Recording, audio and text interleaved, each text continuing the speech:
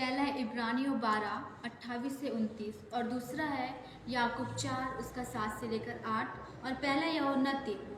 आज इन 3 वचनों के द्वारा खुदा मुझसे उसका पवित्र आत्मा आपके समक्ष कुछ कहने जा रहा है और इस वचन के जरिए मैं आपको पाप, शैतान और आग के विषय में कुछ बताना चाहूँगी। सबसे पहले मैं पाप और शैतान के विषय में आपसे कहूँगी कि किस प्रकार शैतान हमारे जीवन में काम करता है, किस प्रकार हमारी अभिलाषा ही हमारे जीवन में हावी हो जाती है।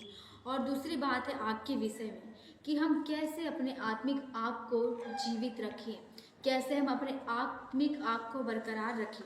सबसे पहले हम देखते हैं कि प्रभु यीशु मसीह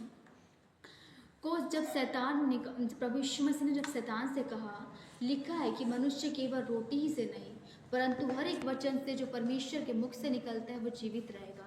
सबसे पहले यहाँ पे किस चीज़ को लिया गया? वचन को लिया गया। उसी प्रकार जब शैतान दूसरी बार आया, जब दूसरी बार डेविल ने अटैक किया, तब क्या हुआ? उसके बाद उसने भी वचन लेकर आया और उसने परमेश्वर को क्या कहा? जैसे कि लिखा है कि तू उस ऊंचाई से कूद जा। उसने पहाड़ से कूदने के लिए यीशु मसीह को बोला। और आप सबको प्रॉपर पता होता है कि शैतान को सब पता है, शैतान को सब प्रॉपर पता है कि कब कहाँ कौन सा वचन काम करता है और कब कहाँ कौन सा वचन बोलता है। मैं आपसे पूछना चाहूँगी कि मुझे एक बात बताइए कि अगर आपको सपना आता है, आपको बुरे थॉट्स आते हैं, अगर आपको बुरे विचार आते हैं और जब आपको रात में डर लगती है, तब कौन सा वचन बोलेंगे? 98 और 121 हम यही सब वचन को पढ़ते हैं। पर क्या आप लोगों को मालूम है कि शैतान भी ये सब वचनों को जानता है? शैतान को प्रॉपर पता होता है कि मसीह हम सब प्रभु के बेटे और बेटी कब कौन से वचन को कब कहाँ और कितना बोलते हैं। ये सब परमेश्वर के जो वचन है वो शैतान को पता होता है, क्योंकि शैतान ने यीशु मसीह को भी सुसाइड के थॉट दिए थे। शैतान ने यीशु मसीह को ही बोला था कि तू पहाड़ के नीचे से कूद जा, पहाड़ के ऊपर से नीचे कूद जा। और वचन हमें बताता है कि प्रभु यीशु ने बोला, मसीह ने बोला कि नहीं, मैं नहीं कूदूंगा। शैतान को पूरा नॉलेज है कि आप कहाँ क्या करते हैं। आप लोगों को पता है कि शैतान का मुख्य हथियार क्या होता है? शैतान का मुख्य हथियार होता है कंडेम करना। आप में से सबने यूहन्ना के विषय में पढ़ा होगा। यीशु मसीह के बारे में यूहन्ना में लिखा हुआ है कि ही इज़ योर एडवोकेट, वो बचाता है। आप में से कितने लोग कंडमनेशन के बारे में जानते हैं? कितने लोगों को पता है कि कंडमनेशन क्या होता है? आप में से what is the meaning of condemnation? आप में से कितने लोग अपने आप से प्यार करते हैं? आप में से कितने लोग खुद से प्रेम करना जानते हैं? अगर हमारे अंदर हम अपने आप से प्रेम नहीं करेंगे तो हम दूसरों से प्रेम कैसे कर पाएंगे? हम दूसरों से प्रेम ही नहीं कर सकते।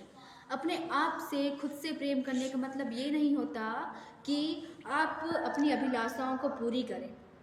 आप एटलीस्ट अपने अंदर उस तरीके से तो प्रेम लाए, अपने अंदर उस तरीके से प्यार करें जैसे कि खुदा हमसे करता है, जैसे खुदा हमें देखता है और जैसे कि खुदा हमसे चाहता है।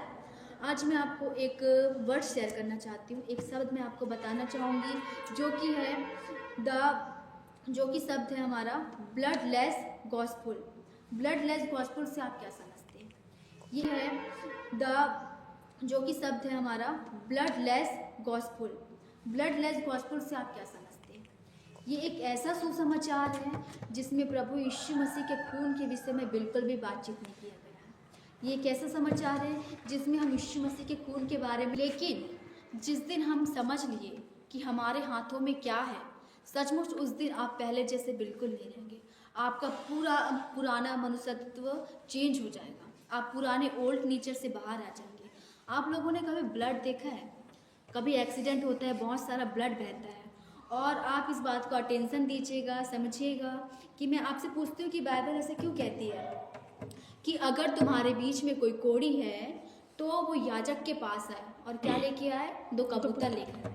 याजक के पास 2 कबूतर लेकर आए और वो कोढ़ी व्यक्ति, आप देखे होंगे कि आपने कभी लेप्रोसी पेशेंट से मिला है, उनके अंदर उनका जो पेशेंट रहते हैं जो लेप्रोसी, उनके सेंसेस काम करना बंद कर देते हैं। आप वहाँ इंजेक्शन लगा दें, आप वहाँ चीरा लगा दें, आप वहाँ पे मार दें, उनको कोई असर नहीं पड़ेगा क्योंकि वहाँ पर सेंसेस करना कम हो जाती है।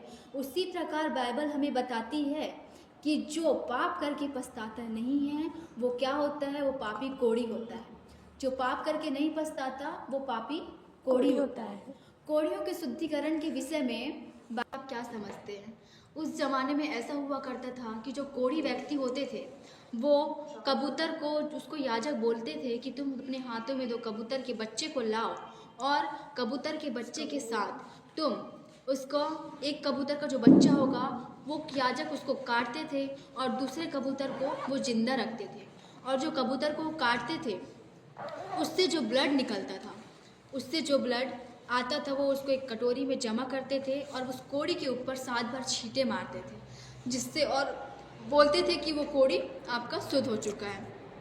आप लोगों के मन में एक सवाल उठ रहा होगा कि यहाँ पर 2 कबूतर का में एक का जीवित रहना और एक का मृत होना, इससे आप क्या समझते हैं? ये कैसे हुआ? तो मैं आपको बताना चाहूँगी कि ऐसा क्यों है। Why is that? आप सब जानते हैं कि बाइबल हमें दर्शाती है, एक कबूतर का मरना है प्रभु यीशु मसीह का क्रूस पर बलिदान होना, और दूसरे कबूतर का जीवित रहना है मतलब प्रभु यीशु मसीह का पुनरुत्थान। और इस बीच में क्या कॉमन है? इस बीच में क्या हुआ है? ब्लड बहा है, जिससे ये दिखाने के लिए कि तुम अपनी मरी हुई दशा से बाहर आना चाहते हो। मरी हुई दशा से बाहर आने के लिए हमें क्या करना पड़ेगा? हमें use the blood of Jesus, Jesus के उस ब्लड का यूज़ करना पड़ेगा, जीसस के उस खून का, हमको वो बलिदान का जिसने हमारे लिए बहाया है, जो उसने हमें बलिदान, अपने आप को बलिदान कर दिया, उस ब्लड का हम यूज़ करें। इसलिए परमेश्वर के वचन में याकूब 4:8 में लिखा हुआ है कि परमेश्वर के अधीन हो जाओ और जब शैतान का सामना करो तो वो तुम्हारे पास से भाग निकले। वचन क्या कहता है? परमेश्वर के अधीन हो जाओ। परमेश्वर के अधीन होने का मतलब क्या है? खुदा कहता है कि तुम मेरे निकट आओ तो मैं तुम्हारे निकट आऊँगा। तुम मेरे निकट आओ मतलब प्रभु यहाँ कहता है कि मेरे बेटे और मेरी बेटी मेरे पास आओ। अगर आपके पास बंधन है, आपके पास तकलीफ है, आपके पास दुख है, आपके पास निराशा है, आपके पास शारीरिक कमजोरी है, अगर आपके पास मुक्ति नहीं है, आपके पास अंधकार है, तो परमेश्वर क्या कहता है कि मेरे निकट आओ। तुम मेरे निकट आओगे तो मैं तुम्हारे निकट आऊँगा। खुदा के निकट आने का मतलब क्या है? यहाँ प्रभु कहता है कि मेरे पास उद्धार है, मेरे पास सामर्थ है, मेरे पास तेरे आँखों के आंसू को पोंछने की सामर्थ है, मेरे पास तेरे भविष्य के लिए आशीष है, मेरे पास तेरे बच्चों की आशीष है, मेरे पास तेरे लिए बिजनेस की आशीष है। आमीन आमीन। सवाल खड़ा होता है कि क्या परमेश्वर के निकट हम आते हैं? क्या हम परमेश्वर के नज़दीकता में आते हैं? अगर हम परमेश्वर के निकटता में हैं तो जितनी आशीष वो हमको देता है, जितनी आशीष उसके पास है, वो सब आशीष हमको मिलेगी। परंतु अगर आज हम परमेश्वर के निकट नहीं हैं, अगर परमेश्वर का कलाम हमारे जीवन में नहीं है, तो हम वो आशीषों को पा ही नहीं सकते जो खुदा हमसे अपेक्षा करता है, जो खुदा हमको देना चाहता है। और इसमें हम शैतान से कैसे लड़ेंगे? अगर परमेश्वर की आशीष ही हमारे साथ नहीं है तो हम शैतान का सामना कैसे करेंगे? हम शैतान का सामना बिल्कुल नहीं कर पाएंगे, हम उस समय हार जाएंगे। और मैं आपको पाप के विषय में बताना चाहूँगी कि बाइबल में लिखा है कि आरंभ से ही पाप होता आया है, और आरंभ से पाप ऐसा हुआ कि जब उसने उत्पत्ति में लिखा है आदम और हव्वा को बनाया, तब वो जब आदम और हव्वा ने पाप किया, उसने भले और बुरे के ज्ञान का फल को जब खा लिया, तब क्या हुआ? उनको ज्ञान आ गया और उसने अंजीर के पत्ते लपेट लिए और छुप गए। उसी प्रकार यीशु मसीह जब वहाँ पे आए तब उसने पुकारा, आदम आदम तू कहाँ है? उसी प्रकार आज हम पाप करते हैं पर छुप जाते हैं, और पर खुदा आता है और हमको पुकारता है कि मेरे बेटे और मेरी बेटी तू कहाँ है? वो पुकारता है पर हमें ज़रूरत है कि हमको उस पुकार को सुनने की। हम अपने कान बंद कर लेते हैं, हम पाप में इस तरह फंसे हुए हैं कि हम अपने कानों को बंद कर लेते हैं, हम उस खुदा के वचन को, उस खुदा के कलाम को हम सुन नहीं पाते हैं। इसलिए हमें शैतान भटकाता है। इसलिए वचन हमें बताता है कि प्रभु के अधीन हो जाओ। पहला यूहन्ना 3:8 हमसे क्या कहता है? जो कोई पाप करता है वो शैतान की ओर से होता है। जो कोई पाप करता है वो शैतान की ओर से होता है। मतलब क्या है? शैतान कैसे पाप करता है? शैतान हमारे जीवनों में बुरे चीज़ों को डालेगा, बुरे विचार को डालेगा, गंदी सोच को डालेगा। और इसलिए कौन प्रकट हुआ? हमें शैतान से बचाने के लिए प्रभु यीशु मसीह प्रकट हुए। और प्रभु यीशु मसीह जब प्रकट हुए तब उसने क्या किया? उसने हमें शैतान से बचाया, हमें पाप से छुड़ाया। रोमियो 3